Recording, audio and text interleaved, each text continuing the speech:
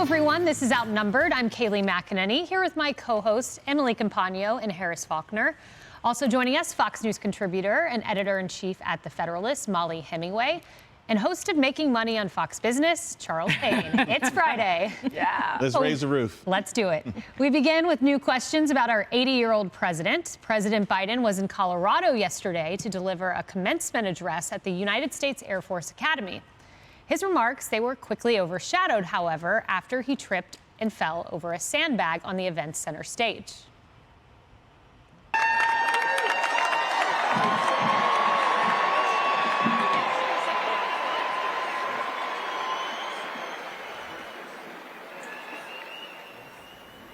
Thankfully, President Biden, he was quick to get up, and he later joked about the incident while at the White House. Yesterday wasn't the first time we've seen President Biden stumble in public. There was the time he struggled down the stairs at the G7 summit in Japan. That was last month. And he's fallen several times while going up the stairs of Air Force One, as well as while he's been riding his bicycle. And the growing numbers of these moments have many Americans revisiting the concerns about Biden's advanced age and physical well-being. Look, Emily, I was on with Trace Gallagher yesterday when this happened, and he mentioned a fall, and I assumed it was just a slight fall or a trip like we'd seen before. And then after I see the video, I was stunned by it. I was saddened by it. It's hard to watch if you have human emotion and empathy, but it does raise those questions of the president's age. I agree with you wholeheartedly, Kayleigh. It was really difficult to watch. I found no joy, no glee, no satisfaction in that, contrary to, unfortunately, a lot of negativity that's been circulating on social media. It tears my heart to see someone who is clearly very old and very fragile to fall. I fall all the time. I literally fell last week in front of the building because it was slippery outside. You know, it had just been raining or whatever. The issue here is not that he fell. It's that he now has increased in volume the amount of physical events where we are all worried for his safety in what could be a traumatic event. He could break a hip. He could break an elbow. And when you combine that with his mental faculties and the questions that have rightly so been raised around them, that's where it gets concerning. If he falls all the time, if he's a big klutz, that's great. That's half of us, right? But the issue is that he continues to engage in what seems like very surprising, disconnected, underaware, totally oblivious concepts, comments, and moments that is absolutely beneath the office of the commander-in-chief and beneath the leader of the free world. And I worry about this, and I wish that there was more conversation from the left and from his own party about his clearly declining capacity of his mental state. Real questions. You know, Harris, Doug Mills, he's a famous New York Times photographer. I remember in the White House, everyone wanted a picture from Doug Mills, and his images often summed up a presidency. And I saw his image yesterday of this. We'll put it up. He tweeted it out. And it's just this image of the Biden presidency, of him being helped up in a kind of decrepit position. Yeah. And it's, you risk an image like this defining your presidency, regardless of the sandbag, but just the questions surrounding mental acuity and more. Mm-hmm. Well, just before that photograph was taken, he was on the ground with his heels and the soles of his feet faced to the sky. And it reminded me of when he had fallen off the bike. He wasn't clipped into the bike, but he had his feet in the clips. He wasn't moving. He had stopped, and he tipped over, and he ended up like in sort of a bug position with his heels and his hands to the wall. That is a very vulnerable, capitulated view to an enemy. Yeah. And just knowing that our enemies see him like that, and the soles of his feet, and office, and can't get up on his own, and that sort of thing, is difficult. But having that compassion that Emily is talking about is important. Robert F. Kennedy Jr. really wants to debate this president, but he told me he's never going to debate him. I mean, Biden can't go do that. Here's what he had to say about the fall last hour. I think I can beat him in a primary. You know, there's a lot of people who are at 80 or 90 have as much mental acuity as anybody else. 100%. So I would disagree with Governor Haley. I don't think people at 75 years old should automatically get a test. I think that's not right. But I do think that you know, it's an issue that people should, you know, be concerned with. Yeah, it's an issue. He said he had great compassion, as Emily expressed. for the fall and hoped that the president was okay.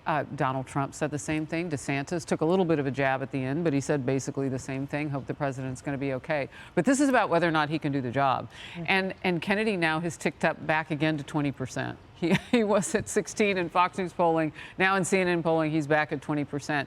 And when you have a president who a nickname Hayden Biden, it's not a nickname. It's the fact that there are people around him who must be doing his job and fielding all these questions today. Yeah. I mean, is the people's work getting done as much as that person's work is getting done with him falling? I mean, I have a ton of questions, not the least of which is, can he not ice out the rest of the field so we can see some real candidates on both sides? The American people deserve to have choice at the ballot. They do. And Molly, then there's the issue of the press and the way they treated the hydroplane down the ramp of the former President Trump versus President Biden. Take a look. Same outlets, mind you.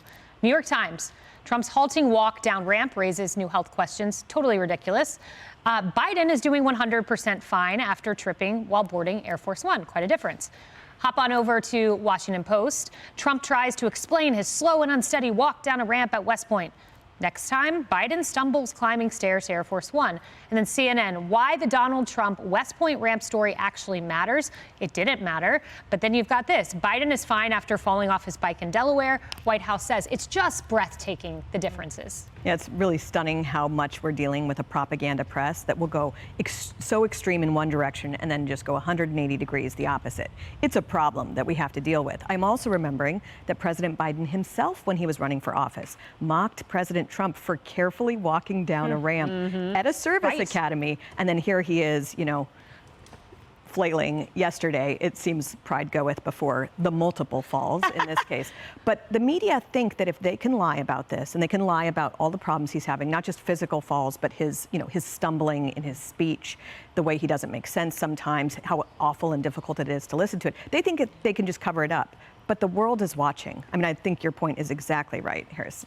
The world sees that this man is feeble, and it affects our national security. And there's absolutely, you know, I want to give this to you, Charles, totally crazy, absolutely absurd CNN reaction to Trump. Let's watch this. I fully expect to see a Biden stare fear segment. Watch. A case of chivalry or a phobia? A theory about why President Trump grabbed the British Prime Minister's hand, now getting the thumbs down. Ever since first hearing about the phobia rumor, I've become slightly obsessed with watching President Trump watch his step. Really watching his step coming down the stairs of the Capitol, even while climbing just a couple of steps at the White House. Coming off his plane, eyes on his feet, clutching the railing. When asked if the president has fear of stairs, a White House spokesperson said, "No offense, but this is an absurd question." Starophobia. I had never heard of it, but you can make a case for it. Yeah, I bet you it's not even called that. All the phobias have those weird names, but I think it's the least of his concerns. Really? Oh, my goodness. It was Chris Cuomo. Chris Cuomo. Oh, man. That's rich. You know, it's just so absurd. Molly pointed it out. The night and day attitudes towards these things are just so, it's really embarrassing. It really, really is. And it gets to the heart of who really is trying to tear this country apart. I feel like it's the media more than even political parties, to be quite frank with you. And you know what I think? When you look at President Biden, it's not that he trips, right? It's just that he accepts it. Like, once he starts moving down, this is like, okay, here I go. Like a sack of potatoes. It's not, he doesn't even attempt to brace himself. It's like, bam.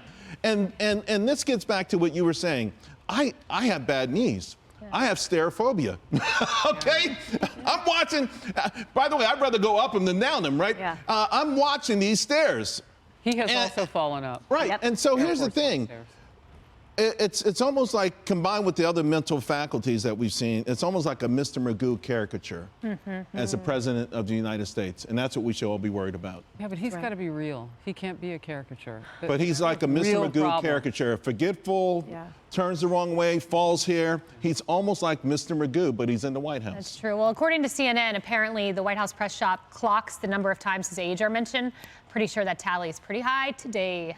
Coming up, she went there. Jen Psaki says Republicans are comfortable with President Biden because he's an old white man. Why do the Dems get a free pass for saying things like this? That's next. Hey everyone, I'm Emily Campagno. Catch me and my co-hosts Harris Faulkner and Kayleigh McEnany on Outnumbered every weekday at 12 p.m. Eastern, or set your DVR. Also, don't forget to subscribe to the Fox News YouTube page for daily highlights.